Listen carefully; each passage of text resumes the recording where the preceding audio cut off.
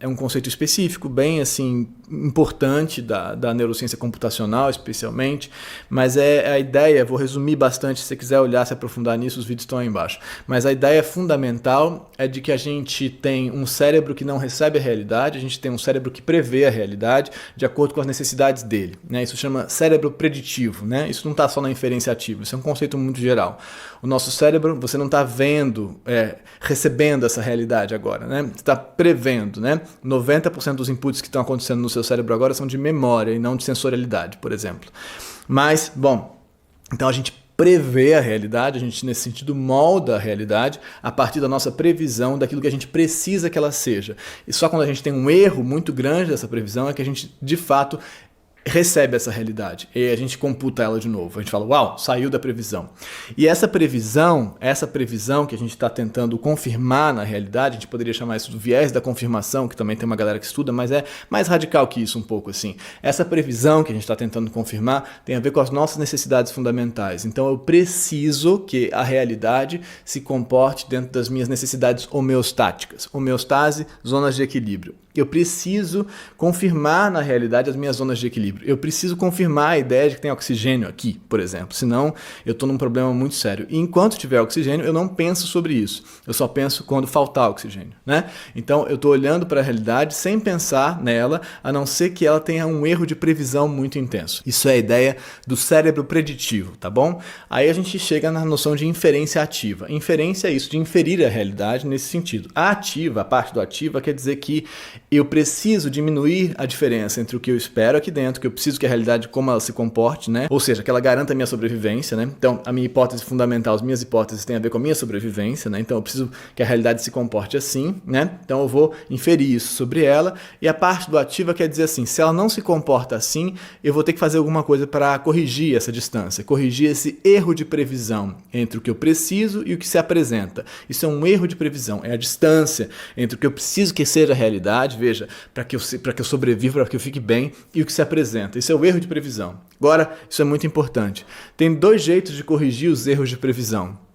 Um é revisando a hipótese, então eu posso revisar isso aqui e falar, não, mas na verdade, então a realidade não se comporta assim. E aí eu aproximo o meu modelo da realidade. A outra maneira é tentar fazer alguma coisa na realidade que aproxime esses dados que estão entrando da sua previsão. Então, ou você muda a previsão, ou você muda os dados, você altera os dados, tá?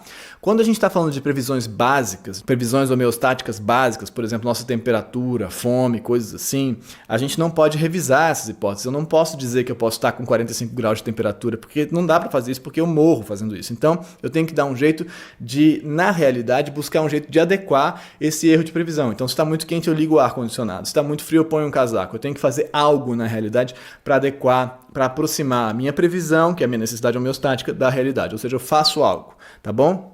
No que se refere às nossas necessidades de acolhimento, de amor, por exemplo, né, de vínculo, de proteção, a gente também não pode revisar, a gente tem um limite para revisar isso, a gente pode revisar até certo ponto. Se tem uma distância que começa a se colocar entre o que seria a minha necessidade e a realidade, o que eu posso fazer? Eu não posso revisar, então eu tenho que modificar a realidade. Nesse caso, desse discurso que a gente está dizendo aí, quando a gente começa a olhar para essas coisas e falar, cara, ele está dizendo isso, né? Isso ameaça o meu sistema de vínculo, isso ameaça a minha identidade, isso me deixa em desamparo. O que eu faço? Eu tenho que modificar essa realidade. Então eu passo a negá-la, eu passo a não ver, eu não olho os vídeos, entendeu? Você para de olhar aquela realidade, você para de ver aquela realidade concretamente para tentar mudar os dados que estão entrando. Você não pode ver. Se você perceber, ver e levar a sério, acreditar naquilo, você está com um problema na sua previsão, né? Porque a sua estrutura de identidade está indo contra o que você precisa que ela seja. Está indo contra os seus parâmetros éticos, vamos dizer assim, né? Então você várias vezes até é obrigado a revisar a sua ética em função disso, né? Bom, então se minha mãe está dizendo que é assim, tem que ser assim, porque minha mãe está dizendo que é assim, né? Então eu vou revisar o meu parâmetro ético, do que eu acho que é certo e o que é errado, né? Porque afinal de contas o parâmetro ético é criado num campo social, sempre num campo cultural. Então a ética vai derivando, né? Então a ética flutua em função desse vínculo, em função da identidade, porque você não pode aceitar a ameaça para aqueles campos de vínculo, o que quer dizer que você vai modificar a realidade, entendeu? Então pensa só, quantas vezes na sua vida, se você, por exemplo, é de esquerda, PT, ou enfim, Lula, o que seja, quantas vezes você parou de ver um vídeo que dizia o contrário do que você acreditava, né? Ou se você é bolsonarista, quantas vezes você parou de ver um vídeo que dizia o contrário do que você acreditava? Você parou com aquilo, você apagou aquilo, né?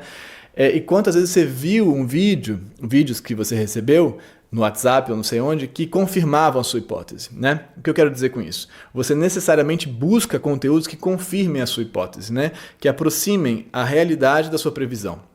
Sua previsão de vínculo, de que aquela figura é uma figura boa, de que seu pai é bom, né? Então você ativamente busca dados que confirmem a sua hipótese e você ativamente se afasta dos dados que neguem a sua hipótese. O seu pai é bom, entendeu? Então você vai buscar a confirmação de que o seu pai é bom porque você precisa garantir o seu sistema de acolhimento e de amparo. Isso é muito concreto, né? Não estou falando de uma coisa assim muito louca, assim, tal e tal. Então a tendência é que a gente limpe tudo que nega a nossa hipótese, entendeu? Para a gente poder sobreviver. Todo mundo faz isso. Todo mundo faz isso, é assim que funciona. A gente vai alterar a realidade para tentar manter o que é mais fundamental para a gente, que é o nosso sistema de vínculo. Se você quiser pensar mais sobre isso, tem um vídeo sobre isso que trata da questão disso no amor, né? Como que a gente faz negações no amor. Mas aqui a gente está falando de política. Mas aí então, tudo bem. Então o que quer dizer isso, Emanuel? Quer dizer que as pessoas então vão negar tudo e vai continuar assim, a gente não tem uma realidade partilhada? Lascou?